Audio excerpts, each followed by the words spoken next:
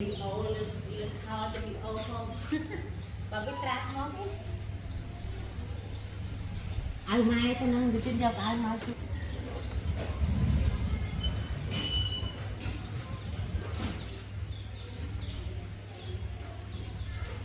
cho năng không phải nhập mà giờ đi dây mẹ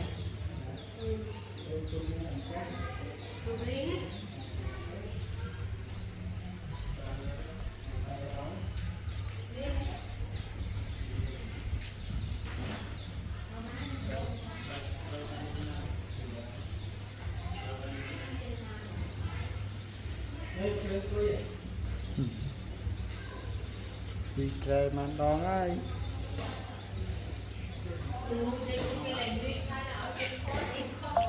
ê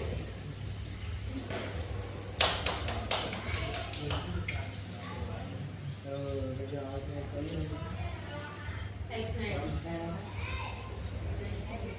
răng năng ngày tay khó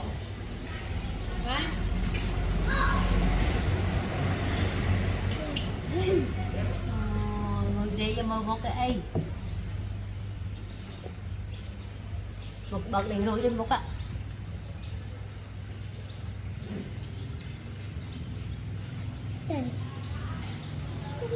rồi vậy ngon mày đó là terrain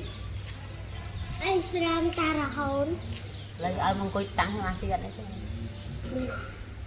Dây kiên và đó nào tù nào còn đang cái mấy tỷ bán đừng ngồi một đầy vậy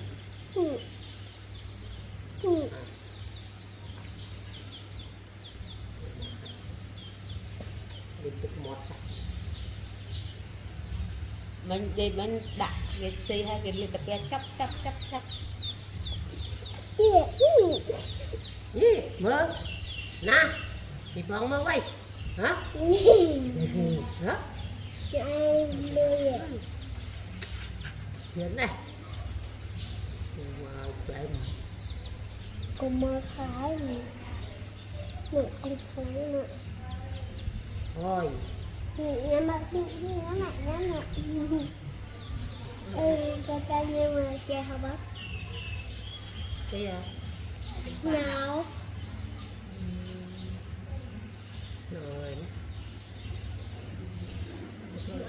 nó ta không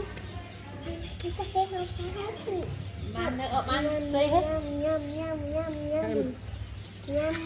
nó trẻ mất